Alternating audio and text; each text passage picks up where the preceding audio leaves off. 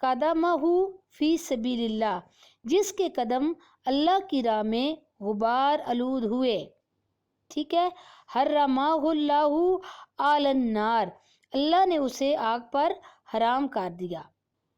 حرمہ اللہ علی النار، اللہ نے اسے آگ پر حرام کر دیا. کیا ہے؟ پھر پڑھتے ہیں. من اقبرت قدمہ فی سبیل اللہ، جس کے قدم اللہ کی راہ میں غبار آلود ہوئے. حرمہ اللہ علی النار، اللہ نے اسے آگ پر حرام کر دیا.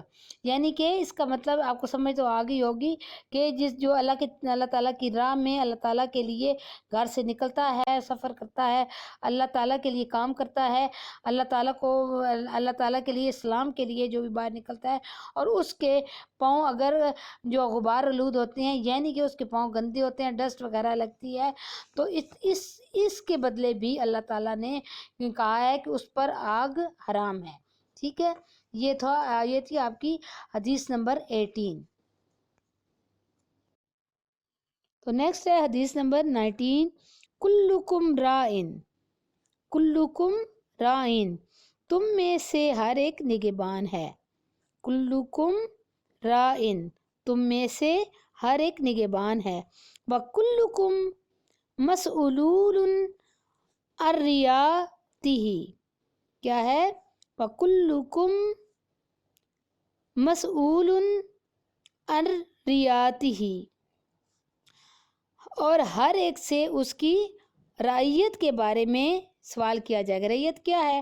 رعیت ہے جو اس کے آس پاس جو جتنے بھی اس کے خاندان ہوگا، اس کے گھر والے ہوں گے یا رشتہ دار ہوں گے، محلے والے ہوں گے، جو بھی ہیں جاندار ہیں یا جو انسان ہیں، سب جو اس کے ارد گرد ہیں، سب وہ اس کی رعیت میں شامل ہوتے ہیں. اور اس میں بتایا گیا حدیث میں کہ آپ کے رعیت کے بارے میں آپ سے چاہے کہ وہ بکری ہو یا کوئی انسان ہو، کچھ بھی ہو، سب کے بارے میں قیامت والے دن آپ سے اس کے بارے میں سوال کیا جائے گا، کیونکہ آپ ان کے نگہبان ہیں. اللہ تعالیٰ نے آپ کو ان کی نگہبانی کے لیے بھیجا کہ سب ایک دوسرے کے نگہبان ہیں، ایک دوسرے کا خیال رکھنے والے ہیں. اور اگر کسی سے بھی کوئی بھی غلطی ہوگی، وہ کسی کا خیال نہ رکھ سکا، تو ہر ایک کے بارے میں اللہ تعالیٰ نے سوال کرنا ہے. اس حدیث میں یہ بتایا گیا ہے. کیا ہے؟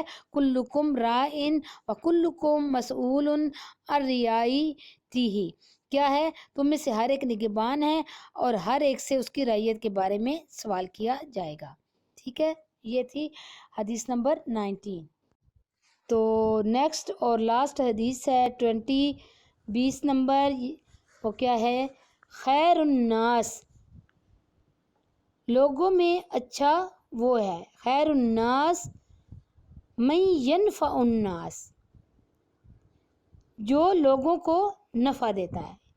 خیر الناس، اچھا انسان وہ ہے، من جو ینفع الناس، ینفع نفع دیتا ہے، ناس لوگوں کو. خیر الناس، لوگوں میں اچھا وہ ہے، من ینفع الناس، جو لوگوں کو نفع دیتا ہے. اس حدیث میں کا بتایا گیا ہے کہ جو قرآن پاک میں بھی ہے اور حدیث میں اللہ تعالیٰ نے بتایا ہے، نبی پاک صلی اللہ علیہ وسلم نے بتایا ہے کہ لوگوں میں اچھا انسان وہ ہے جو دوسروں کا بھی خیال رکھے، صرف اپنا نہیں، دوسروں کو تکلیف سے بچائے، نہ کہ دوسروں کو نقصان پہنچائے. تو اس میں کیا ہے؟ خیر الناس من ینفع الناس، لوگوں میں اچھا وہ ہے جو لوگوں کو نفع دے، نہ کہ نقصان پہنچائے. ٹھیک ہے نا؟ انشاءاللہ آپ کو سمجھ آ گئی ہوگی. یہ تھی آپ کی حدیث کمپلیٹ ہو چکی ہیں اور امید ہے آپ کو سمجھ بھی آ گئی ہوگی.